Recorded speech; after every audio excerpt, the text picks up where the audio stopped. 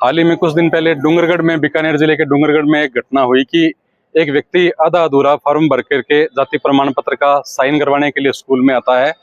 और मना करने पर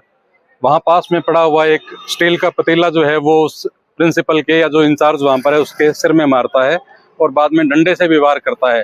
तो हम सारे आज हनुमानगढ़ में शिक्षा विभाग के सभी संवर्गों के लोग यहाँ पर उपस्थित हैं। इसमें अध्यापक, व्याख्याता, प्रधानाचार्य, मंत्रालय कर्मचारी, शारीरिक शिक्षक सभी यहाँ साथ हैं हमारे। और हम इस घटना की कड़ी निंदा करते हैं और सरकार से भी इस बात की मांग करते हैं कि जाति प्रमाण पत्र, आय प्रमाण पत्र के बारे में मैं थोड़ा सा कहना चाहूंगा कि एक प्रिंसिपल के पास में इस बात का क्या प्रमाण है कि किसी व्यक्ति की क्या आय है, उसको प्रमाणित करने के लिए, शपथ पूर्वक उस बात को प्रमाणित करने के लिए बाध्य किया जाता है। और अगर उसको कोई मना करे, यहाँ तक कि जो ई मित्र संचालक हैं वो ही उसको फॉर्म में भर के देते हैं कि तेरी आय साल की 50,000 है, 40,000 है, और वो उसी पर साइन करने के लिए हमें बाध्य करता है। और मना करें तो ये डूंगरगढ़ जैसी घटनाएं होती हैं। तो सरकार से हम पुरजोर इस बात की मांग करते हैं कि स्कूलों में इस तरह की जो भी कोई गतिविधियां जो अंजाम देते हैं उनके खिलाफ सख्त कार्रवाई की जाए और इस तरह का कानून विशेष रूप से बनाया जाए कि स्कूलों में इस तरह की घटनाओं की पुनरावृत्ति ना हो। आगे सरकार से ये मांग है और भविष्य में अगर जरूरत पड़ी तो इस बात के लिए हम पेन डाउन स्ट्राइक जो हमारी है वो करेंगे। हम इस तरह के कामों के लिए मना करेंगे। इस प्रकार की भी हमारी योजना है कि हम इस प्रकार के कामों के लिए स्पष्ट मना करेंगे और सरकार पर पूरा दबाव डालेंगे इस बात के लिए कि हमें इस तरह के कामों से मुक्त किया जाए। निश्चित रूप से यही है कि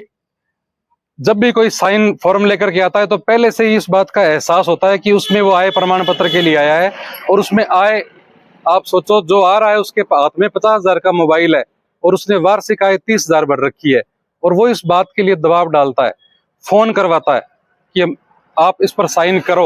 और जब मना करें तो इस तरह की घटनाएं, तो निश्चित रूप से स्कूलों में पढ़ाई जो है वो ऐसे प्रभावित होगी, भय के माहौल में काम होगा, तो फिर हम अपने बच्चों को क्या शिक्षा दे पाएंगे। तो हम इसी बात की मांग करते हैं कि इस तरह की चीजों से हमें मुक्त रखा जाए और हमें जो हमारा मूल काम है पढ़ाई, बच्चों का भविष्य निर्माण, उस पर हमें ध्यान करने के लिए छोड़ा जाए। आज हम सब निश्चित रूप से जो डूंगरगढ़ में घटना हुई है उस घटना के विरोध में हमने एक सांकेतिक विरोध प्रदर्शन दर्ज करवाया है और हमारी सरकार से मांग है कि शिक्षकों की सुरक्षा के लिए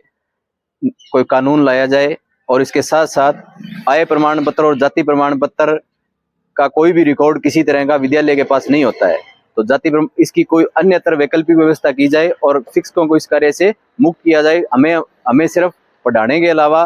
दूसरे कामों से मुक्त रखा जाए। तो सरकार से हमारी पुरजोर मांग है कि आने वाले समय में हम आशा करते हैं कि हमारी मांग मानी जाएगी और एक सुरक्षित वातावरण हमें दिया जाएगा जिससे हम आने वाली पीढ़ी को और संस्कारवान बना सकें। धन्यवाद। जय हिंद।